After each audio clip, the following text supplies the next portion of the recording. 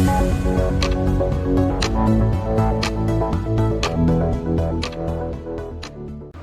सराहनीय है कि गीता प्रेस का शताब्दी समारोह पूरी गरिमा भव्यता के साथ संपन्न हुआ।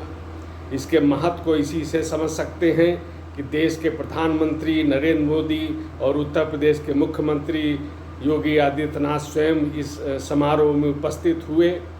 योगी आदित्यनाथ तो इसके पहले भी कई बार वहां जा चुके हैं, सारी व्यवस्थाओं को देख चुके हैं। एक विचारधारा ये है कि जो नरेंद्र मोदी योगी आदित्यनाथ ने यहाँ पे अभिव्यक्ति की, दूसरी विचारधारा भी इसी अवसर पे देख सकते हैं। जो गीता प्रेस को गांधी शांति सम्मान समारोह मिलने पर कांग्रेस के दिग्गज नेता जयराम रमेश ने कहा था, एक विचारधारा वो है।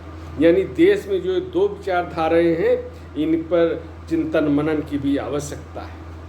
जयराम रमेश ने कहा था कि गीता प्रेस को गांधी सम्मान समारोह मिलना उपहास की तरह है, ये गोडसे और वीर सावरकर को सम्मान देने जैसा है। एक विचारधारा का उल्लेख जयराम रमेश ने किया। और दूसरी विचारधारा जिसमें नरेंद्र मोदी योगी आदित्यनाथ कहते हैं, वो जन भावना को अभिव्यक्त करती है, जन भावना के अनुरूप है, क्योंकि भारत के जो बहुसंख्यक हैं उनके घरों में जो रामचरितमानस होगी या कोई भी धार्मिक ग्रंथ होगा, भगवत गीता होगी, तो वो गीता प्रेस से ही प्रकाशित हुई और बिल्कुल न्यूनतम मूल्य पे उनके यहाँ पे उपलब्ध होती है। और ये सुबह सुबह हर घर में देखी जाती है, पढ़ी जाती है, उनका पारायण किया जाता है। तो ये जनभावना से जुड़ा हुआ विषय था।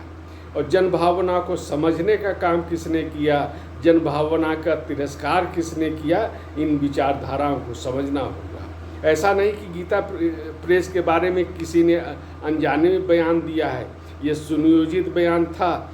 देश के हर कोने में रेलवे स्टेशनों पे गीता प्रेस के स्टॉल होते हैं, घरों में मानस और गीता के ग्रंथ होते हैं। गीता प्रेस की 20 शाखाएं हैं, 15 भाषाओं में इसके 1600 प्रकाशन होते हैं, इसलिए कोई इससे अनजान नहीं है। लेकिन इसके बाद भी किस प्रकार का बयान जो दिया गया नकारात्मक जयराम रमेश के द्वारा, वो भी देखना होगा।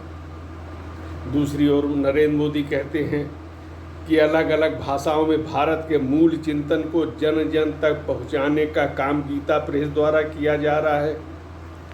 गीता प्रेस भारत को जोड़ती है, एक भारत श्रेष्ठ भारत को प्रतिनिधित्व देती है। ये भी कहते हैं कि गीता प्रेस विश्व का एकमात्र प्रेस है, ऐसा संस्थान है जो केवल संस्थान ही नहीं है बल्कि जीवंत आस्था है।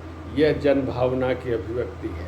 वो मात्र संस्था नहीं है, मशीन नहीं है, बल्कि जीवंत आस्था है। और ये भारत का जो चिंतन है, भारत का जनमानस है, वो उसको इस रूप में ही समझता है। इसके नाम में ही गीता है, नरेंद्र मोदी कहते हैं। और जहाँ गीता है वहाँ भगवान योगेश्वर श्री कृष्ण हैं। वासुदेव सर्वम, यानी जो है वासुदेव का है, भगवान कृष्ण का है, ये भाव यहाँ पे प्रकट होता है। और इस तरह इसके बारे में हमेशा ही सम्मान व्यक्त करना चाहिए। ये एक अच्छी बात है कि कांग्रेस में इस समय उपेक्षित चल रहे प्रमोद कृष्णन ने जरूर एक जयराम रमेश को आईना दिखाने का काम किया है। उन्होंने कहा कि जयराम रमेश का बयान हिंदू विरोधी मानसिकता की पराकाष्ठा है। और जो जिम्मेदार के पद पर बैठे हैं, जो राजनेता हैं, उनको ये समझना चाहिए कि कहीं ऐसा ना हो कि जो वो बयान दे रहे हैं उससे जो नुकसान हो रहा है उसकी भरपाई में कहीं सदियां न गुजर जाएं। तो ये ध्यान रखना चाहिए। लेकिन ये राजनीति का विषय नहीं है, हर विषय को राजनीति से जोड़ना भी ठीक नहीं है। ये जनभावना का विषय था, जनभावना का आस्था का विषय है।